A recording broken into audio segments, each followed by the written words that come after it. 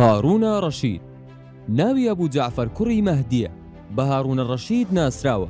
لە ساڵی 145 کۆچی لەدایک بووە. پێنجەم خەلیفەی عەباسیەکانە. لە ساڵی 107 کۆچی بۆتە خەلیفەی موسڵمانان. هارون کەسێکی زیرەک و بەتوانە و شارەزا بوو لە بواری سیاسی و سەربازی کە توانی بەسەر نایارەکانیدا زاڵ بێت و پێگەیەکی ئارام ببەخشێتە دەوڵەتەکەی و بەناوبانگترین خەلیفەی عەباسیە.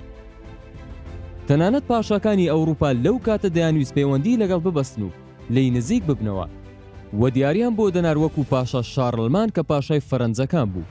هارونە ڕەشید توانی بەسەر هەموو بزوتنەوە نێارەکانیدا زاڵ بێت وەکو بزوتنەوەی خەواریج، زەندیقەکان، عەلەویەکان، بەڕامیکەکان.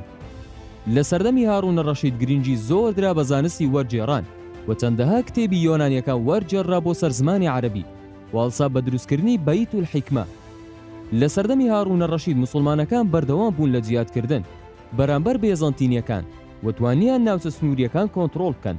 پاشای ئەو کاتەی بێزەنتینیەکان ناوی شاژن ئیرین بوو و ناچاریان کردکەوە باز بدەن بە دەوڵەتی عەباسی لە ساڵی 182 کۆچی. هارونە ڕەشید توانی 20 هەڵمەتی سەربازی بباتە سەر ڕۆم و خۆی لە 4 دانە پێشەوایەتی کردووە.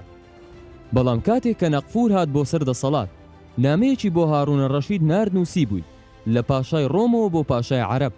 کاتێک کە هارونە ڕەشید نامەکەی کردەوە بینی وای نووسیوە ئەویش نامەیەکی بۆ نووسی لە ئەمیری بڕوادارانەوە بۆ سەجی ڕۆم.